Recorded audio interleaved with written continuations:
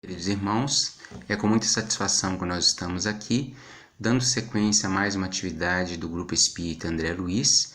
Neste período, a nossa casa encontra-se fechada por causa do isolamento social, então nós estamos trabalhando com uma série de palestras online e nós vamos, na data de hoje, estudar o livro O Evangelho segundo o Espiritismo, em seu capítulo 8º, Bem-aventurado aqueles que têm puro coração, e justamente os itens de 5 a 7, pecado por pensamentos, adultério. Antes de entrar neste item específico, no estudo específico desse item, nós vamos abordar alguns temas, alguns assuntos importantes anteriores, que são relevantes para a compreensão deste capítulo e para a compreensão da abordagem que foi feita por Allan Kardec. Bom, o livro O Evangelho segundo o Espiritismo, ele apresenta, o Kardec, que foi o codificador, ele colocou nos 4 primeiros capítulos os fundamentos da doutrina espírita. Então, nós vimos o capítulo 1, Não Vim Destruir a Lei, e nesse capítulo, Allan Kardec pontua que a doutrina espírita é uma sequência dos ensinos de Jesus, né, que dá sequência também aos ensinamentos de Moisés. Então, a doutrina espírita ela se insere no âmbito dessa tradição judaico-cristã, né?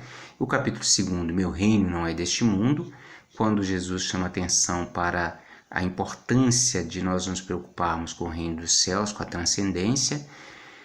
O 3º capítulo, Há Muitas Moradas na Casa de Meu Pai. No âmbito da doutrina espírita, nós compreendemos que há vários mundos, alguns que à medida que nós vivemos, nós passamos por vários mundos com graus evolutivos distintos. Então, Allan Kardec chama atenção para os mundos inferiores e mundos superiores, mundos de expiação e provas, mundos regeneradores e mundos regeneradores e mundos regeneradores. E o nosso mundo, o nosso planeta, ele se insere como um mundo de expiação e prova, que é algo que nós vamos falar daqui a pouco. E no capítulo 4, Ninguém Poderá Ver o Reino de Deus se não nascer de novo, chama atenção para a questão da reencarnação. Então, a doutrina espírita, nesses 4 primeiros capítulos, Allan Kardec coloca os fundamentos e nós podemos compreender aí boa parte dos ensinamentos, dos alicerces da doutrina espírita. No capítulo 5º ao capítulo 10º, o codificador Allan Kardec ele aborda a questão das bem-aventuranças. Então, em certo sentido, ele aprofunda, detalha, esmiuça, chama bastante atenção para os aspectos relevantes das bem-aventuranças do sermão explicitadas por Jesus no Sermão da Montanha. E o capítulo 8º, Bem-aventurados que têm puro coração, ele aborda principalmente a questão da virtude da sinceridade, né? E para abordar esse aspecto, nós temos que entender que nós estamos num planeta, o nosso planeta é um mundo de expiação e provas, e aqui nós nos encontramos espíritos que ainda se encontram num grau, num estágio de evolutivo ainda muito próximo da materialidade. Nós podemos dizer que todos os espíritos eles são criados simples e ignorantes, e à medida de uma série, por intermédio de uma série de encarnações sucessivas, transitando pelos reinos mineral, vegetal, animal e hominal, ele se aproxima, ele adquire conhecimento, adquire virtude, consolida virtudes e se torna mais esclarecido e mais próximo do que o Criador deseja para nós. Mas, no mundo ainda de expiação e prova, o que pode ocorrer, o que pode ocorrer com o espírito na sua escalada evolutiva é que em uma determinada existência, numa determinada encarnação, né, a doutrina espírita, um dos fundamentos da doutrina espírita é justamente a questão das várias encarnações. Em uma única existência é impossível nós adquirirmos todas as virtudes, todos os saberes necessários para que nós nos aproximemos do Criador. O que pode ocorrer é que em uma determinada existência, numa determinada encarnação, nós fazemos várias coisas boas, mas cometemos alguns equívocos, nos distanciamos da lei divina. Então, muitas vezes, numa encarnação subsequente, numa outra encarnação, nós temos que recuperar, refazer, reconstruir aquele caminho que foi um caminho equivocado. Então, aqui no nosso planeta é um mundo de expiação e um mundo de provas, porque nós temos boa parte dos espíritos ainda num estágio de alguns deles, muitos deles com um conhecimento técnico já bastante aquilatado, mas ainda nós somos carentes de virtudes, carentes de moral. Por outro lado, nós temos também aqui no nosso planeta espíritos que estão tendo as suas primeiras existências, primeiras encarnações no reino nominal, em essencial são os seres que nós chamamos de indígenas, né, os indígenas, e temos também que vivem nas florestas, né, e temos também aqueles seres mais evoluídos que aqui estão em missão. Dentre esses seres evoluídos, nós podemos dizer, nós tivemos vários presentes, por exemplo, aquela pleiade de espíritos que trouxeram o avanço, o conhecimento na Grécia, como Sócrates, Platão, Aristóteles e muitos outros. Nós temos o caso de Jesus, que foi o espírito mais evoluído que esteve presente aqui conosco. E também depois nós podemos dizer São Tomás de Aquino, São Francisco, uma série de espíritos que vieram com uma função de fazer com que avançasse o conhecimento no planeta, como filósofos, cientistas importantes, e também aqueles que vieram nos ensinar a simplicidade, a humildade, como Francisco Cândido Xavier, Madre Teresa de Calcutá e vários outros. Então, esses que nós estamos dizendo são aqueles que são conhecidos, mas nós temos muitos espíritos elevados que vêm com a missão importante, mas eles acabam não deixando o nome registrado na história porque tem uma trajetória anônima aqui no planeta. Enfim, nesse planeta, no nosso planeta, o que nós podemos observar é que nós, seres humanos, nós somos seres bioculturais, ou seja, nós temos um suporte biológico na natureza, né? Somos animais, mas também construímos uma outra morada na cultura. Então, nós nos amparamos na physis, na natureza, e nós nos amparamos na cultura. E é na cultura que nós construímos uma morada, nos dizeres do filósofo brasileiro Henrique Cláudio de Lima Vaz, uma morada similar àquela que os animais constroem na natureza, e essa morada tem como seus alicerces, como seus fundamentos, como seus pilares, os valores que nós temos em nossa cultura. O que acabou acontecendo é que ao longo da trajetória humana na Terra, né, nós podemos dizer que nós, desde o surgimento do ser humano, cerca de 2 milhões de anos atrás, nós já passamos por algumas revoluções. A primeira delas foi uma revolução importante, né, a revolução cognitiva, que deu origem à história, né, quando o ser humano começa a desenvolver uma racionalidade há cerca de 70 mil anos atrás e começa a registrar no início um registro oral, mas pouco a pouco um registro mais físico daquilo que ele vivenciava.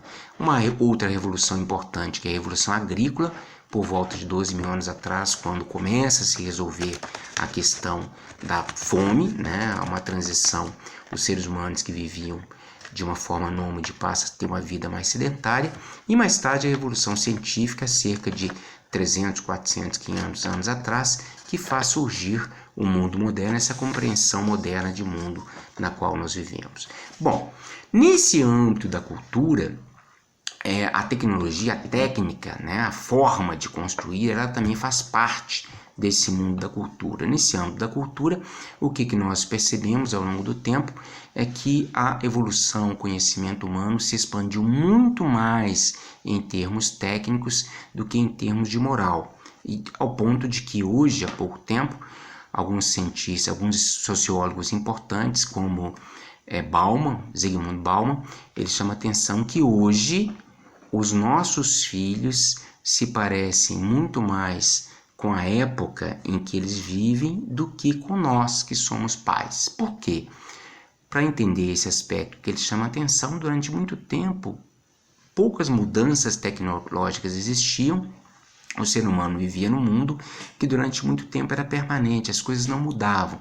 Mas a partir do momento que acontece a revolução científica e cada vez mais o ser humano cria equipamentos e tecnologias que desvendam tanto o mundo micro quanto o mundo macro e explicita para o ser humano que ele é, esse avanço tecnológico é tão importante que a evolução moral, que a distância de conhecimento técnico entre as gerações se acentua cada vez mais, a ponto de hoje uma criança ter um conhecimento, uma visão de mundo completamente diferente dos pais e completamente diferente dos avós. Então isso mostra o avanço significativo da tecnologia e hoje nós lidamos com problemas trazidos por essa tecnologia para os quais a nossa ética não tinha solução pronta, né? Então nós vemos problemas provocados pelas redes sociais, provocados pelo avanço da tecnologia em termos de procriação humana, que eram problemas que não existiam há 50, 60 anos atrás. Então são problemas com os quais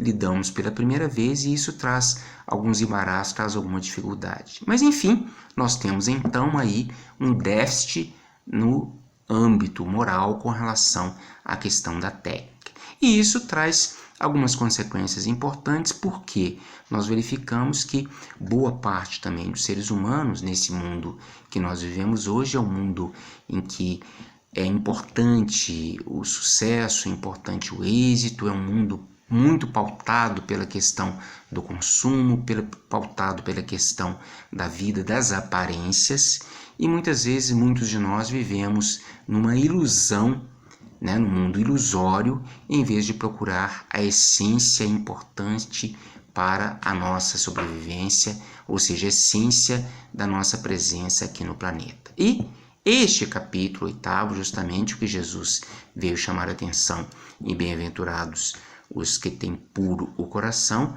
é justamente a importância que Jesus chamou a atenção naquela época para o valor da essência, para o valor da transparência, para o valor da autenticidade, visto que boa parte dos sacerdotes, boa parte das classes, das elites judaicas davam muito importância para os formalismos, para os ritos, principalmente em seus templos, e Jesus chamava atenção com relação a isso, fazia uma crítica para que devia se dar valor à questão da essência, enquanto eles atentavam muito para o fato da aparência. Então, no Novo Testamento é uma série de exemplos nesse sentido, e o capítulo 8 do Evangelho segundo o Espiritismo também pontua esse aspecto, a crítica que Cristo fazia à questão da aparência, chamando atenção para a importância da essência. Bem, boa parte dos espíritos que estão aqui no nosso planeta, quando nos chamam a atenção, são espíritos que estão no nível intermediário de evolução. Nós temos alguns espíritos mais elevados,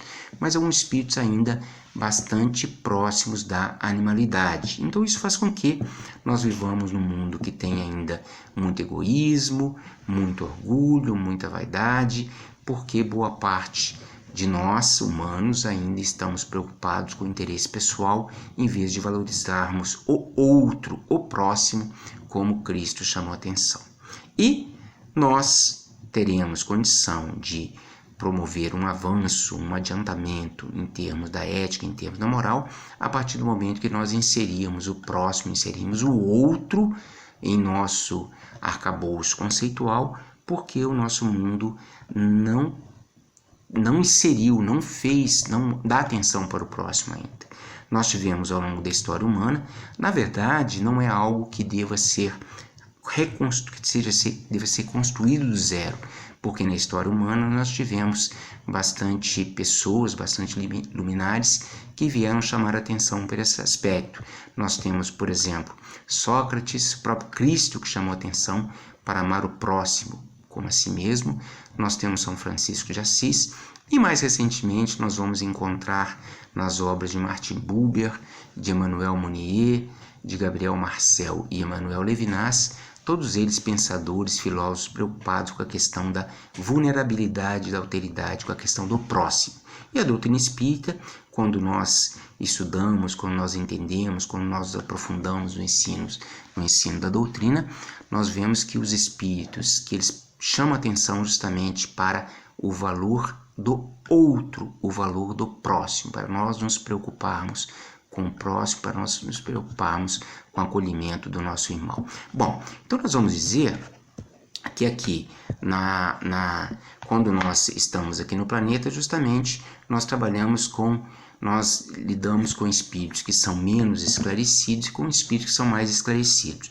No Livro dos Espíritos, existem algumas questões importantes quando Allan Kardec codificou o ensinamento dos espíritos. Ele aborda a relação dos espíritos com Deus. Então ele fala dos espíritos superiores, dos espíritos puros e fala dos espíritos inferiores. Então, se ele pontuasse em duas classes, superiores e inferiores, ele chama a atenção que os espíritos superiores são aqueles espíritos puros, ou seja, eles já não pensam no mal, não fazem o mal, não sentem o mal, e eles estão tão próximos ao Criador que eles trabalham juntos e têm condição de ver a natureza, perceber a natureza do Criador.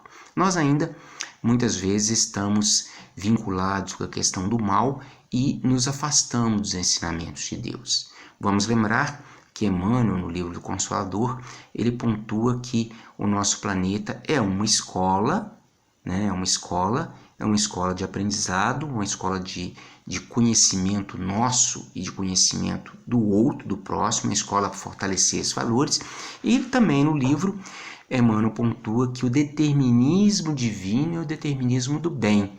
Nós acabamos praticando o mal quando, em vez de seguirmos os ensinamentos de Deus trazido pelos seus emissários, como Cristo, nós seguimos os ensinamentos nossos do próprio homem e assim nós acabamos fazendo o mal em vez de fazer o bem. Nós pensamos mais em nós mesmos do que no coletivo, do que no outro, do que no próximo. Então, nessas perguntas, Allan Kardec pontua, né? Ele pergunta 10, se o homem pode conhecer a natureza íntima de Deus. Ele fala que não. A resposta que os espíritos dão é não, que falta o sentido, ou seja, nós não temos sentido para compreender a natureza íntima de Deus. E isto vai acontecer quando o nosso espírito deixar de ser obscurecido pela matéria, ou seja, nós ainda somos muito materializados. Significa que para nós nos aproximarmos de Deus, nós temos que nos desmaterializar, nós temos que diminuir a influência da matéria em nossa existência. Agora, na questão 244, Kardec chama a atenção, os espíritos respondem a Kardec que os espíritos superiores veem e compreendem Deus, né? E esses espíritos superiores, eles têm noção das perfeições de Deus porque veem e compreendem, né? Os espíritos puros, eles se acham reunidos no seio de Deus. Então, a pureza, né? Bem-aventurados puros de coração, porque eles verão a Deus. Então, a questão 969 do Livro dos Espíritos chama atenção para isso. Os espíritos puros veem, compreendem Deus, eles observam que a natureza, ela proclama o poder de Deus, eles estão isentos das tribulações da vida corpórea e eles adiantaram, já realizaram muito progresso e ajudam os outros espíritos a adiantarem, enquanto que nós, espíritos ainda pouco esclarecidos, somos aqueles que ainda somos muito influenciados pelas paixões, pelas restrições da matéria. E o nosso sofrimento justamente se deve a essas paixões, ciúme, raiva, desespero, ansiedade e mais as restrições da matéria, né? E o que nós devemos fazer para justamente nos afastar dessa materialidade é fazer um estudo do nosso íntimo, dessas paixões, para que nós tenhamos condição de pouco a pouco nos enfronharmos em nosso íntimo e compreendermos o que precisamos fazer para nos aprimorarmos, né? Então, nós vamos ver que a pureza, né, quando Cristo chama atenção que é para não afastar as crianças, porque somente quem se portar como as crianças é que vão entrar no reino dos céus, é porque as crianças, nós tivemos a oportunidade de salientar numa outra ocasião, é que toda vez quando nós nascemos, nós somos moldados pela cultura na qual nós nos inserimos e pouco a pouco nós passamos a ler, a tratar o próximo, a ver a realidade a partir do olhar, a partir do molde, a partir da configuração dessa cultura. As crianças, elas ainda são espontâneas, porque elas ainda não foram influenciadas de forma significativa pela cultura. Então, sendo espontâneas, elas são transparentes, elas não vivem em função da aparência, elas vivem em função da essência. Então, as crianças são, assim, um estágio da nossa vida em que há uma postura, apesar das crianças serem espíritos reencarnados com muitas experiências, nesse período em que eles são crianças, elas guardam aquela essência da autenticidade, da pureza, da simplicidade e assim da sinceridade, e assim elas se aproximam do que são os espíritos superiores. Mas nós vamos ver o que o Emmanuel chama atenção. Nós vamos ver o que Emmanuel chama atenção acerca da importância da pureza, né? O que o Emmanuel chama atenção? Que a pureza de coração, né, significa que nós temos que o tempo todo procurar o melhor onde nós nos encontramos. Então, ter um coração puro justamente é ter aquela postura de sermos autênticos, sinceros, buscarmos sempre a essência e não vivermos de acordo com a aparência. Fazendo uma analogia com os ensinamentos de Martin Buber, né? Martin Buber diz que nós vivemos uma realidade cindida, né? Uma realidade que é o eu-tu e o eu-isso. O eu me comporto como na relação eu-isso, quando eu trato o próximo, quando eu trato o outro, como uma coisa, como objeto, quando eu uso, né? Quando eu faço um uso do outro como se fosse um meio, como eu quantifico o outro. E eu me comporto como pessoa na relação eu-tu, quando eu reconheço o outro em sua grandeza, em sua inteireza, em sua autenticidade, em sua essência, não em sua aparência. Então, Emmanuel chama a atenção que pureza significa justamente ter o coração limpo, com os olhos claros, ouvidos claros, que nós captamos justamente a essência e não a aparência. Um outro texto bastante importante é que, para nós entendermos o que é essa visão de pureza, né? Cristo, quando esteve aqui conosco, ele foi o espírito mais elevado que esteve presente conosco.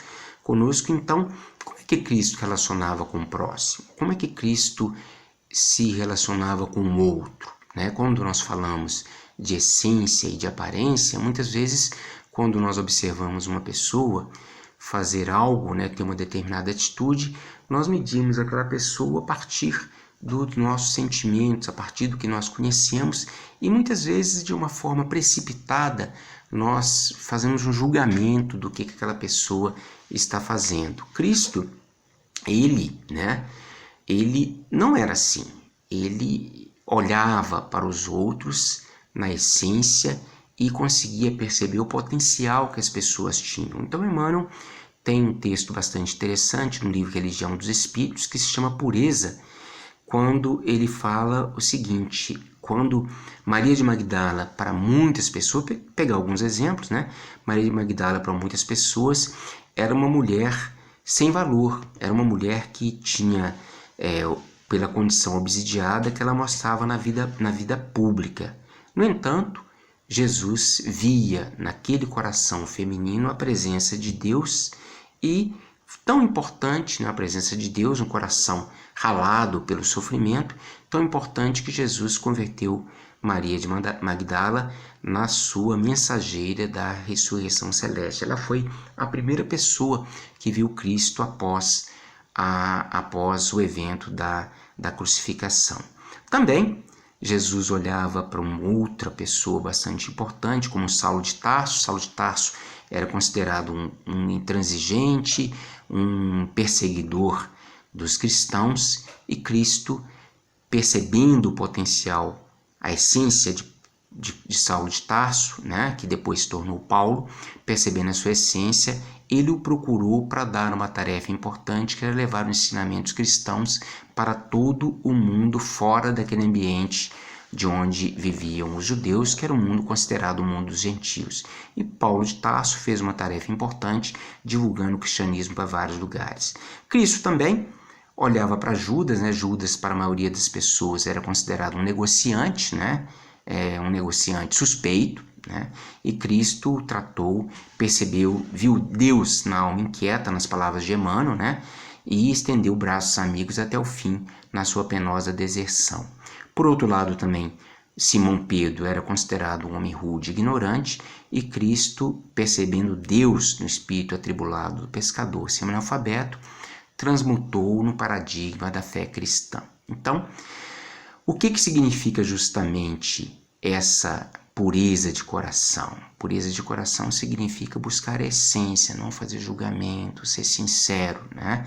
E se nós purificarmos o coração, nós passaremos a identificar a presença de Deus em toda parte, compreendendo que a esperança do Criador não esmorece em criatura alguma e que a maldade e o crime são apenas espinheiro e lama que envolve o campo da alma e logo, logo o brilhante divino virá à luz. Então, quando a pureza estiver conosco, estiver em nossos pensamentos, em nossas ações, em nossos sentimentos, os nossos olhos, nossos ouvidos, a nossa boca, o nosso coração, as nossas mãos, elas trabalharão sempre para converter a treva em claridade, converter os espinhos em flores, converter as pedras em pães, converter a derrota em vitória. Então, quando nós observamos essa importância que é dada à questão, quando nós observamos a importância que é dada à questão da pureza,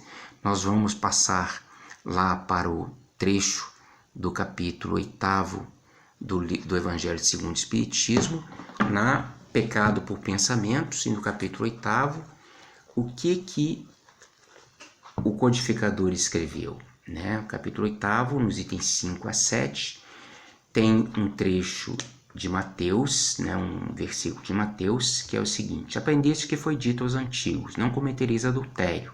Eu, porém, vos digo que aquele que houver olhado uma mulher, com mau desejo para com ela, já em seu coração cometeu adultério. Ou seja, cometeu adultério não o ato em si, mas um sentido mais amplo do pensamento. Quem desejou já cometeu adultério. E a palavra adultério, ela não deve ser entendida justamente, Kardec explicando, né? Não deve ser entendida justamente no seu sentido restrito, mas um sentido mais amplo, que significa adulterar, modificar, misturar, fazer com que algo perca as suas características, né? E a verdadeira pureza não está somente nos atos, está também no pensamento, porquanto aquele que tem puro coração nem sequer pensa no mal. O nosso mentor Emmanuel, né, o orientador de Chico Xavier, no livro Pensamento e Vida, ele chama a atenção que todo pensamento começa a partir do sentimento. Então, o pensamento mal, ele decorre, ele tem vínculo com o sentimento mal. Então, o pensamento e o sentimento estão muito atrelados, então nós temos que, se nós tivermos o puro coração, nós não teremos pensamento mal. Pensamento mal significa sinal de impureza. Então, no item 7, esse princípio, sofrem-se as consequências de um pensamento mal, embora nenhum efeito produza.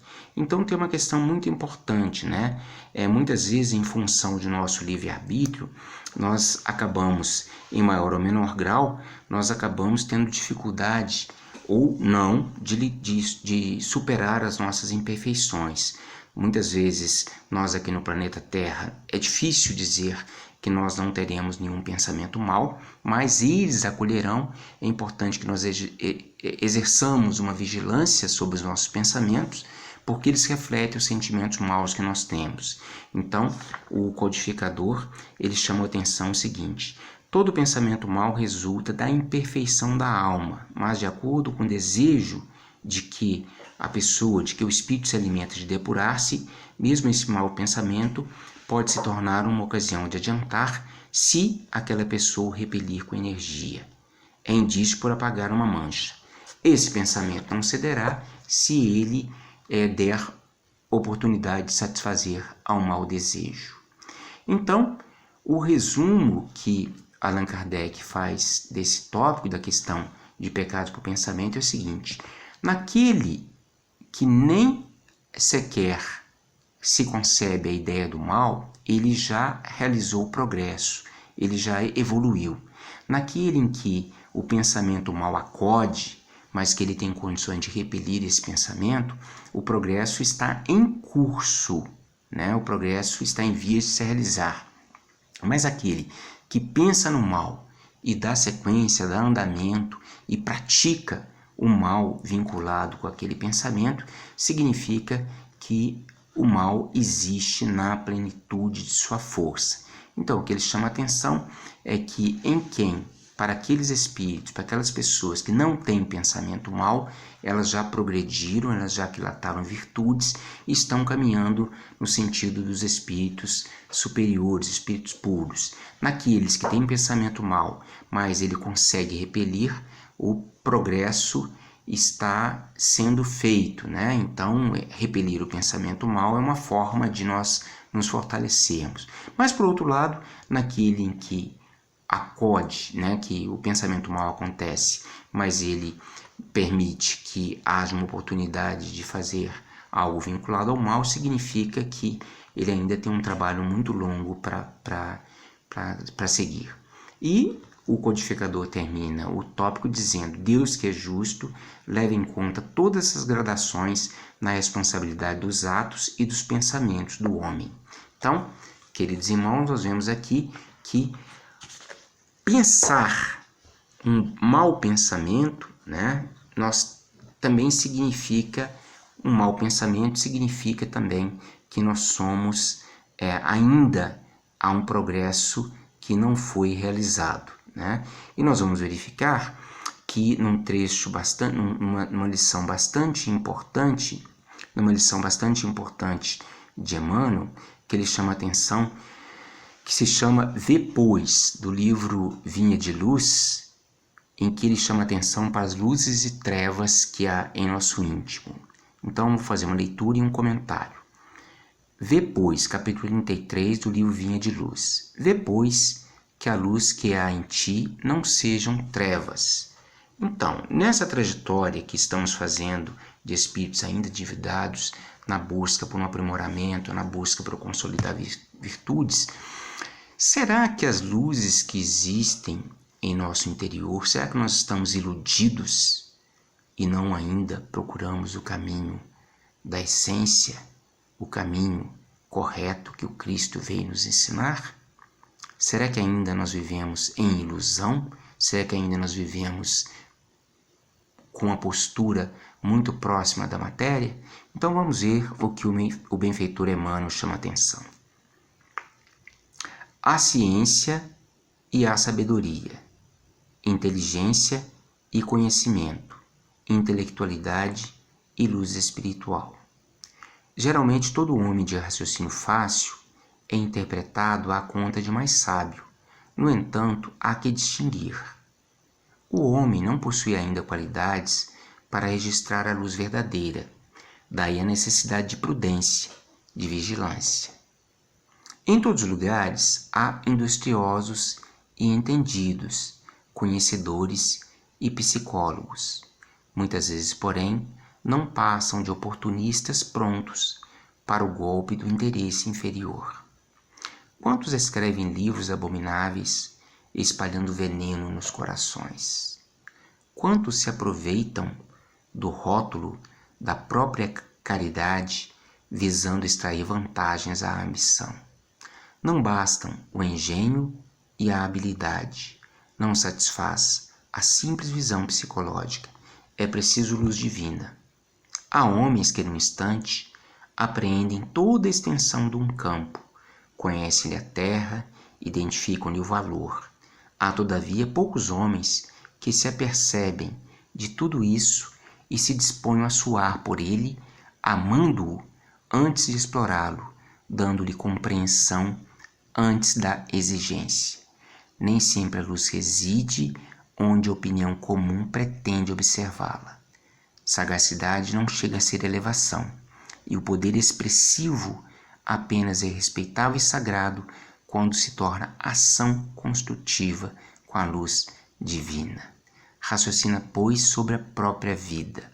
Vê com clareza se a claridade e pretência que há em ti não é sombra de cegueira espiritual. Então, o que o benfeitor está dizendo para a gente?